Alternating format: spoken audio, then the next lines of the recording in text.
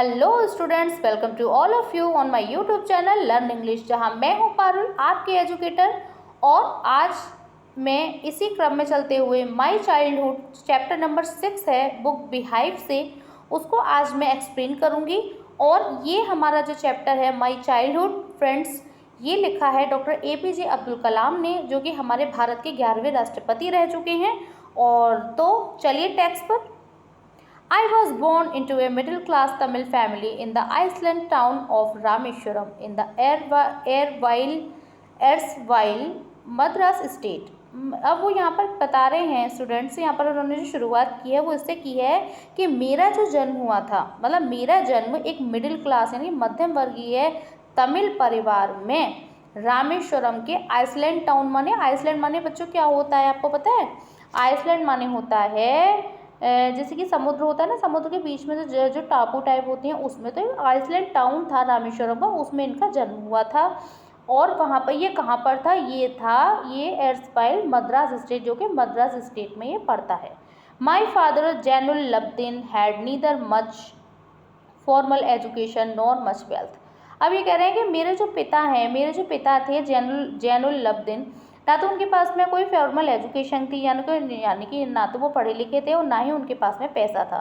Despite this disadvantage, और इन सब परिस्थितियों की, इन सब विपरीत परिस्थितियों के बावजूद भी, एडवांटेज माने होता है लाभ और डिसएडवांटेज माने इन सब विपरीत परिस्थितियों के बावजूद, डिस्पाइट माने बावजूद, he possessed great innate wisdom here and a true genius of spirit. यहाँ पर कह रहे हैं कि उनके पास में क्या था? एक इनेट विजडम, मतलब एक सहज बुद्धिमानी, जो कि शायद किसी पढ़ाई लिखाई से नहीं आती, एक सहज बुद्धिमानी थी।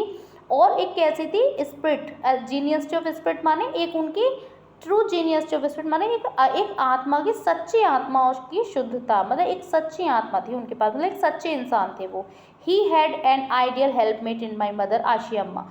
वो कहते हैं कि उनके पास, यानी कि किनके पास? इनके पिता के पास। ही यहाँ जो आया है जनरल लब्दीन के लिए, उनके फादर के लिए आया है, APJ अब्दुल कलाम के फादर के लिए आया है। वो कहते हैं कि उनके पास में आइडियल हेल्पमेट माने एक आदर्श संगनी थी, एक सहायक संगनी के रूप में कौन थी? इन माई मदर, मेरी माँ, मतलब इनकी माँ थी।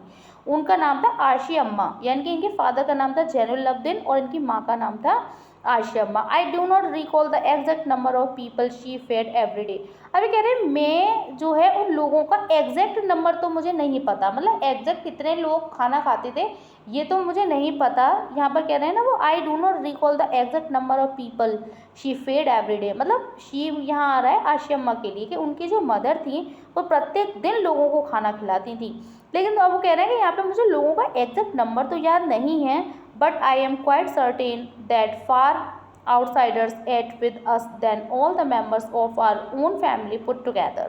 यहाँ पर वो कह रहे हैं कि लेकिन मैं निश्चित हूँ, मतलब मैं इस बात पर पक्का हूँ, मुझे निश्चित तौर पर ये पता है दैट कि फार मोर आउटसाइडर्स एट विद अस, मतलब हमारे साथ में और ज़्यादा, मतलब घर आउटसाइडर्स आया है यहाँ पर फैमिली के बाहर के लोगों के लिए, तो फैमिली के जो बाहर के लोग थे वो भी खाना खाते थे हमारे साथ। All the members of our own family, मतलब हमारे खुद के परिवार के सभी मेम्बर्स के साथ, पुट टुगेदर मतलब सब साथ साथ बैठ कर खाना खाते थे और सबको खाना खिलाती थी इनकी mother.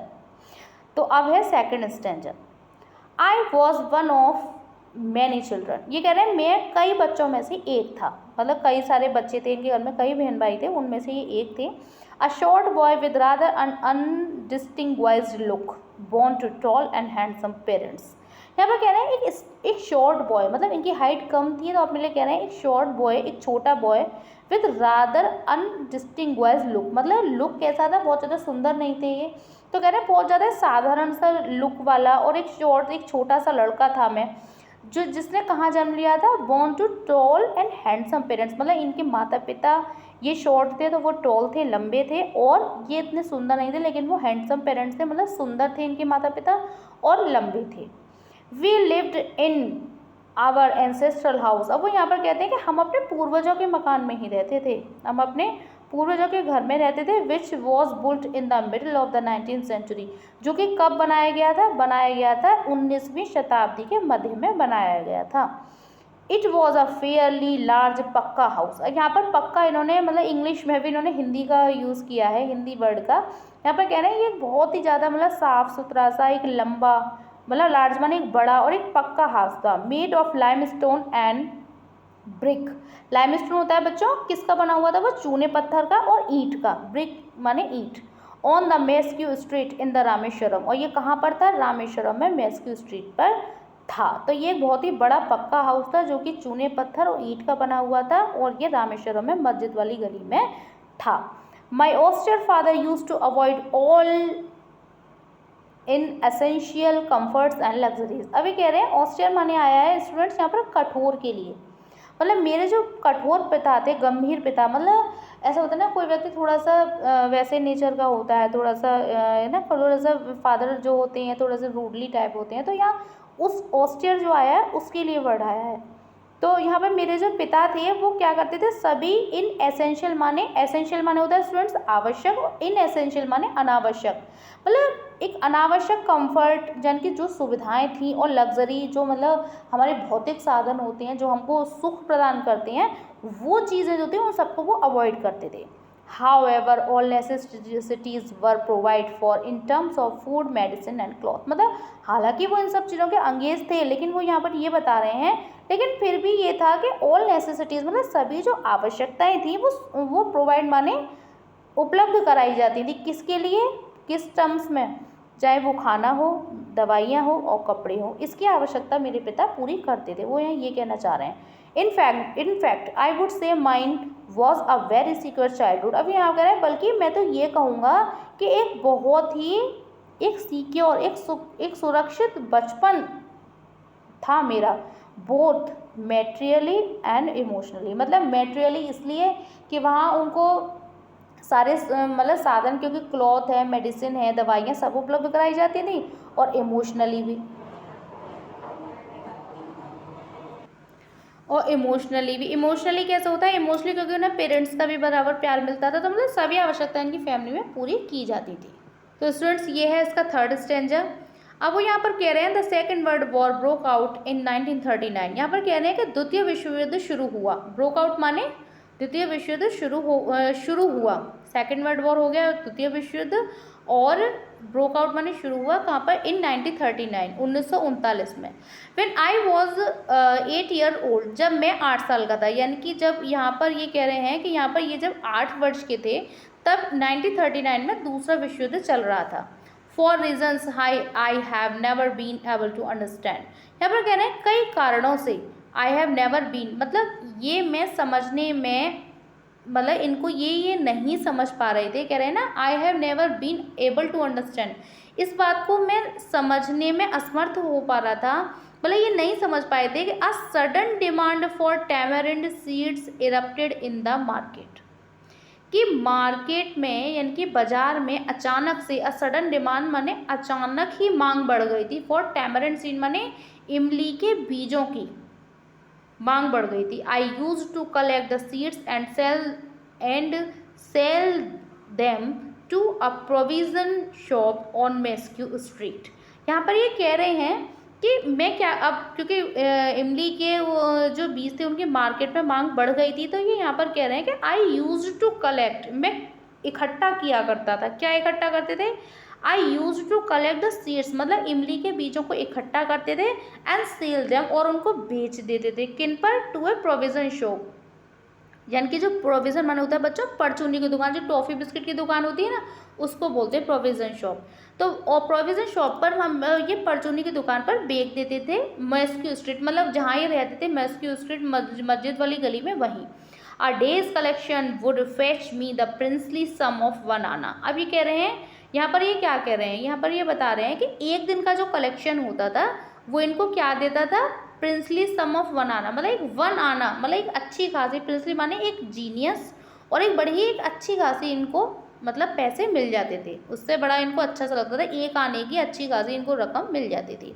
My brother in law Jalaluddin would tell me stories about the war. अब यहाँ पर कह रहे हैं ब्रदर इन लॉ कौन होते हैं, जीजा जी। तो ये कह रहे हैं मेरे जो जीजा थे जलालुद्दीन वो मेरे को कहानियाँ सुनाया करते थे, टेल मी स्टोरीज सुनाया करते थे, अबाउट द वॉर यानी कि उस समय पर युद्ध चल रहा था, यहाँ पर उन्होंने बताया ना कि युद्ध के बारे में मुझे वो बताया करते थे, which I would later attempt to trace in the headline in the Dina money.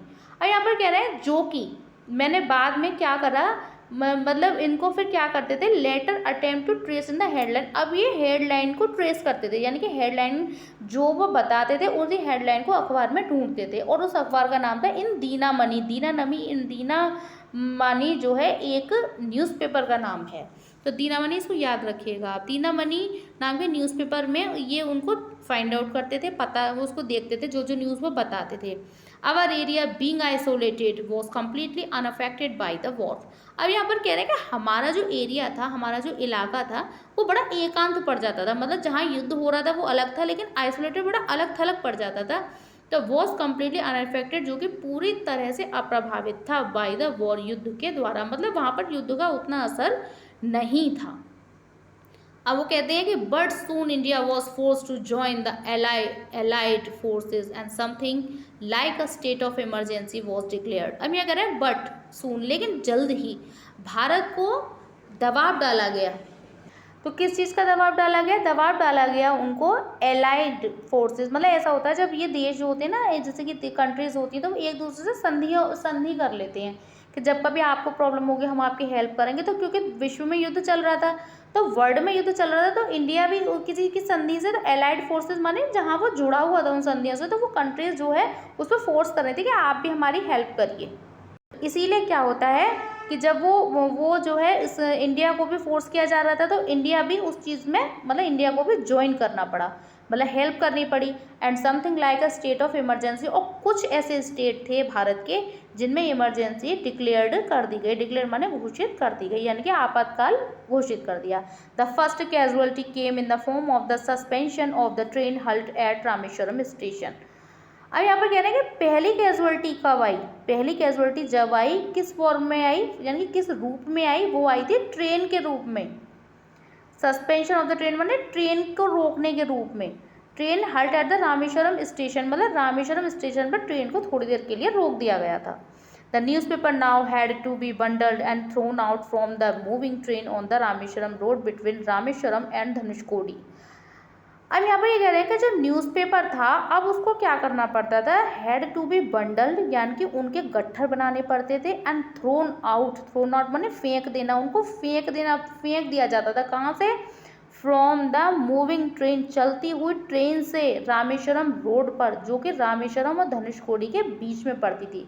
मतलब यहाँ पर ये कह रहे हैं कि जो newspaper now had to bundle, उनके गट्ठर बनाकर उनको चलती हुई ट्रेन से, वो जो है जो रोड रामेश्वरम रोड पर फेंका जाता था। रामेश्वरम रोड कहाँ पड़ती थी? ये रामेश्वरम और धनुषकोडी के बीच में पड़ती थी। That forced my cousin Shamsuddin who distributed newspaper in Rameswaram. अब ये क्या कह रहे हैं कि अब क्या हुआ कि दैट फोर्स्ड माई, इस चीज़ ने किसको फोर्स किया? मजबूर किया। माई कजिन, मेरे चचेरे भाई शमशुद्दीन को, किसके लिए? फॉर ए हेल्पिंग हैंड, यानी कि उसको एक सहायक की जरूरत पड़ने लग गई। टू कैच द बंडल्स, कि कोई एक ऐसा हेल्प हैंड मिल जाए जो कि उन बंडल्स को पकड़े। And as if naturally I filled the slot, और जैसे कि स्वभावतः है क्या हुआ, मैंने इस खाली शीट को भर दिया। फिल द स्लॉट माने इस सीट को भर दिया, यानी कि उसको क्या जरूरत है, जब बंडल फेंके जाते थे तो एक व्यक्ति उनको पकड़ने के लिए चाहिए, तो मैंने उसमें पकड़ने का काम कर लिया। Shamsuddin helped me earn my first wages. अब ये यहाँ पर कह रहे हैं शमशुद्दीन ने मेरी सहायता की मेरा पहला वेजेस देने में, यानी कि मेरा पहला भत्ता देने में। हाफ ए सेंचुरी लेटर, और ये कब का समय था? जब आधी शताब्दी का ये समय था, मतलब हाफ सेंचुरी चल रही थी, क्योंकि पूरी सेंचुरी पूरे 100 की होती है। 1939 का ये समय था, तो लगभग हाफ का समय तो आ ही गया था भाई। 1901 से लेकर 1950 तक पूरा हाफ सेंचुरी हो गई थी। 1939 का समय चल रहा है, तो हाफ सेंचुरी में लगभग मतलब इनको ये चीज़ मिल गई थी। I can still feel the surge of pride in earning my own money for the first time. अब यहाँ पर ये कह रहे हैं I can still feel the surge of pride, तो यहाँ पर कह रहे हैं कि अब मेरे को क्या हुआ, मुझे बड़ा गर्व महसूस हुआ इन अर्निंग में, इस चीज़ को कमाने में, मेरे अपनी मनी से फॉर द फर्स्ट टाइम, पहली बार। सो स्टूडेंट्स, ये था इसका एक्सप्लेनेशन। अगर ये आपको पसंद आता है तो मेरे वीडियो को लाइक करिए, सब्सक्राइब करिए और शेयर करिए इसको। ठीक है, थैंक्स फॉर वॉचिंग।